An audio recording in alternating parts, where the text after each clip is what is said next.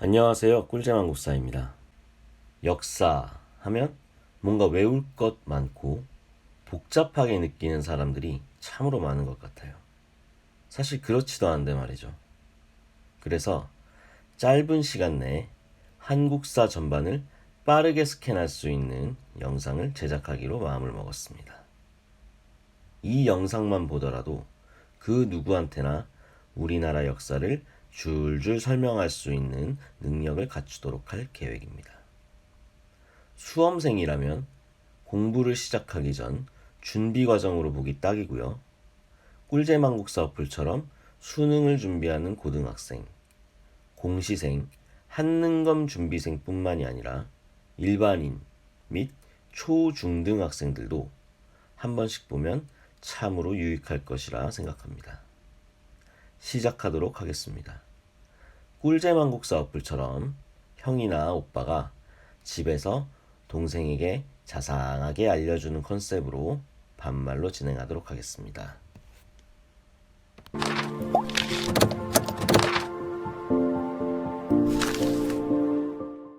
우리나라 역사는 약 70만 년 전부터 시작해.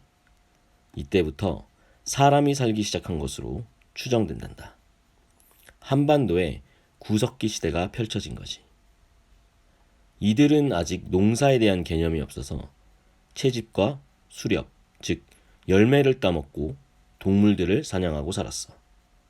그 지역 식량 다 떨어지면 무리를 지어서 다른 지역으로 이동하는 생활을 했단다. 도구도 허접해서 주먹도끼 같은 뗀석기를 사용했어. 정교하게 도구를 다듬는 손재주가 없었거든. 심지어 집을 제대로 짓는 기술도 없었지. 대부분 동굴이나 바위 그늘에 살았고 이런 쉼터를 발견하지 못하면 강가에 막집을 짓고 비와 바람을 피했어. 이동 생활을 하니까 곧 버리고 떠날 거잖아. 굳이 공들여 집을 지을 필요가 없었으니 그럴만도 하지. 이처럼 구석기 시대는 다른 동물들과 크게 다를 게 없는 삶이었어. 그러다가 8,000년 전쯤에 사람들이 농사를 짓기 시작해. 이거 엄청난 혁명이야. 이때부터 신석기 시대라고 부르는데 농경 생활의 시작은 인류 생활 모습에 많은 것들을 바꿔놓았지. 일단 땅에서 먹을 것이 계속해서 올라오니까 이동 생활을 할 필요가 없어져. 그래서 정착 생활을 하게 돼. 더 이상 돌아다니지 않고 눌러 살게 된 이때부터 민족의 기틀이 형성돼. 구석기처럼 인류가 여기저기 떠돌아다니는 생활을 할 때는 한반도에 살았던 사람들을 우리 조상이라 하기에는 좀 무리가 있지. 자, 이왕 정착한 것 좀 제대로 집을 짓고 살아야겠지. 그래서 움집이 탄생해. 동굴보다 훨씬 아늑해 보이지 않니? 형태는 원형이고 가운데는 불을 피우는 화덕이 있는 것이 특징이야.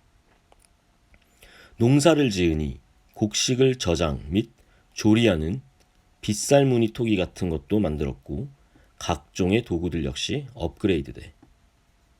구석기 시대는 그냥 떼어내 사용한 뗀석기였다면 신석기 시대는 돌을 갈아 바로 간석기 시대가 시작된 거야.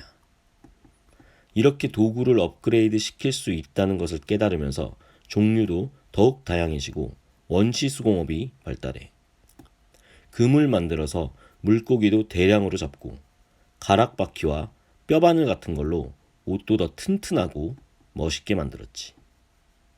인류가 농사를 지으면서 이렇게나 큰 변화가 나타났단다. 그러다 기원전 2000년 전쯤에 아주 대단한 금속을 발명해. 바로 청동이야. 주석과 구리를 섞어 만든 합금이지. 이때부터를 청동기라 불러. 농업 스킬에도 큰 진전이 이뤄진단다. 인간들이 벼농사를 짓기 시작한 거야.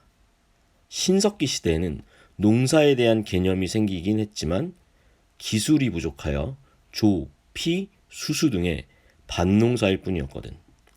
샐러드 하나 먹는 것보다 쌀밥 한 그릇 먹는 게 훨씬 든든하지 않겠어? 그래서 인간 사회에 잉여 생산물이 생기기 시작해. 부족의 구성원들을 다 먹이고도 식량이 남는다는 거야. 그럼 어떻게 되겠어? 잉여 생산물에 눈독을 들이는 사람들이 많아지겠지. 남들보다 더 많이 차지하고 싶은 거야. 이에 따라 사유재산이 생기고 빈부격차가 나타난다. 부지런하며 기술이 좋은 사람은 더 많이 갖게 되고 게으르고 경쟁에서 뒤진 사람은 적게 갖게 돼. 이러면 많이 가진 자는 못 가진 자를 부리기 시작하지 않겠어? 원래 평등했던 사회에 결국에는 계급이 생겨. 그래서 청동기 시대부터는 계급사회가 돼. 대표적으로 청동기 유적인 고인돌을 보면 알 수 있지. 이거 혼자 만들 수 있어? 많은 사람을 부려야 한다고. 지배층이 죽으면 많은 인력이 동원되어 무거운 고인돌로 장식했단다. 도구들도 역시 발전을 했어. 여전히 돌이나 나무로 만든 도구들이 많이 사용되긴 했지만 지배층 중심으로 청동이 사용돼. 이 그림에 나온 청동검이 매우 오래된 거라 뭔가 허접스럽다고 느낄 수 있어. 그러나 청동 역시 금속이라 겁나 날카롭고 석재와는 비교할 수 없을 정도로 무시무시한 도구야. 또한 청동으로 거울 같은 것도 제작할 수 있었단다.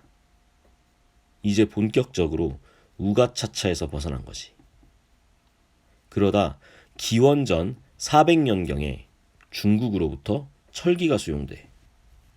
철기 시대에서 가장 두드러진 점은 바로 철제 농기구. 청동은 무기나 의식도구로 쓰기에는 적당할지 몰라도 농사 짓기에는 무리가 있어. 그래서 청동기 시대에 반달돌칼 같은 석재 도구로 농사를 지었거든. 근데 청동보다 훨씬 튼튼한 철이 발명되자 철제 농기구가 사용되기 시작해. 그럼 어떻게 되겠어? 돌로 농사 짓다가 철 써봐. 일하기 너무 수월하겠지? 이에 따라 생산량이 비약적으로 증가해. 그래서 빈부격차가 더욱 촉진되고 계급사회가 완전히 자리를 잡아. 자, 이제 본격적으로 우리 역사에 대해 말해보자. 아름다운 이 땅의 금수강산에 단군 할아버지가 터를 잡아. 다들 알고 있지. 환인의 아들 환웅이 이 세상에 내려와 호랑이와 곰에게 100일 동안 쑥과 마늘을 먹게 하고 이를 버텨낸 곰이 웅녀로 변해 환웅과 결혼하여 단군을 낳잖아. 하지만 영상에서는 환웅과 웅녀 전설 이야기는 집어치우고 실제 있었을 법한 이야기를 해줄게. 어느 날 청동기로 무장한 이민족이 한반도에 들어와. 그리고 한반도에 있는 부족들을 하나씩 차례차례 복속시키지. 통합하는 과정에서 호랑이를 숭배하는 부족은 배척하고 곰을 숭배하는 부족과 힘을 합쳐 청동기를 기반으로 한 조선을 세운단다. 14세기에 이성계의 조선이 또 건국됐기에 단군이 세운 조선을 고조선이라 부른다는 것을 그냥 상식으로 알아두고 이때 나라를 건국한 사람이 바로 우리가 잘 알고 있는 단군 왕검이야. 드디어 한반도에 국가가 세워진 거지. 재정일치 사회라는 것을 알 수 있어. 참고로 단군은 사람의 이름이 아니야. 지금의 대통령처럼 직책의 이름이지. 1대 단군, 2대 단군, 3대 단군. 이런 식으로 단군이 고조선을 통치해 나가. 단군 수명이 1048세라는 설이 있는데 이게 말이 돼? 단군을 사람 이름으로 착각했기 때문에 이런 오류가 생긴 거야. 고조선은 8조법이라는 성문법을 제정했을 정도로 이전과는 차원이 다른 사회 시스템을 이루었어. 현재는 8조법 중에 3가지 조문만 내려오고 있는데 한번 살펴보자. 1조, 살인하면 사형, 생명 존중을 알 수 있어. 2조, 사람을 다치게 하면 깽값을 곡식으로 배상, 농경사회라는 것을 알 수 있지. 3조, 남의 물건을 훔치면 노비가 되거나 50만 전 배상. 노비라는 단어를 통해 계급 사회라는 것과 또한 화폐가 있었다는 것을 알 수 있어. 어떤 나라인지 대충 머리에 그려지지. 청동기 문화를 바탕으로 한 계급 사회 그리고 농업 중심 국가야. 이런 고조선은 시간이 갈수록 발전하여 중국 연나라와 삐까뜰 정도로 강대국이 돼. 기원전 2세기경이 되자 위만이라는 사람이 고조선 준왕을 몰아내고 권력을 장악하지. 위만이 중국에서 망명하긴 했지만 흰옷을 입고 있었고 상투를 틀고 있었으며 준왕을 몰아냈지만 기존 관리들을 그대로 수용하고 조선이라는 국호를 유지한 점을 봐서 그가 고조선인일 가능성이 커. 여기서 잠깐, 위만이 몰아낸 준왕 뭐지? 원래 고조선은 단군이 통치하였는데 시간이 흘러 단군이라는 직책이 없어지고 왕호를 사용하기 시작했어. 부왕, 준왕 이런 식으로 왕이 통치한 나라가 됐지. 암튼 위만이 권력을 장악한 후로 고조선을 위만조선이라 부르는데 이때부터 중국으로부터 적극적으로 철기 문화가 수용되어 훨씬 발전한, 즉 완전히 다른 고조선이 돼. 그리고 한나라와 진나라 사이에서 중개무역을 하며 경제적으로도 풍요를 누리지. 고조선은 이대로 잘 나가나 싶었지만 불행하게도 한나라가 쳐들어와. 이 당시 한나라의 국력은 넘사벽이어서 고조선이 막아낼 수가 없었어. 고조선은 1차 전쟁에서 승리를 하기도 했지만 전쟁이 장기화되자 내분이 일어나고 결국 왕검성이 함락되어 패배한단다. 그리고 이 땅에는 한사군이 설치되면서 고조선은 역사 속으로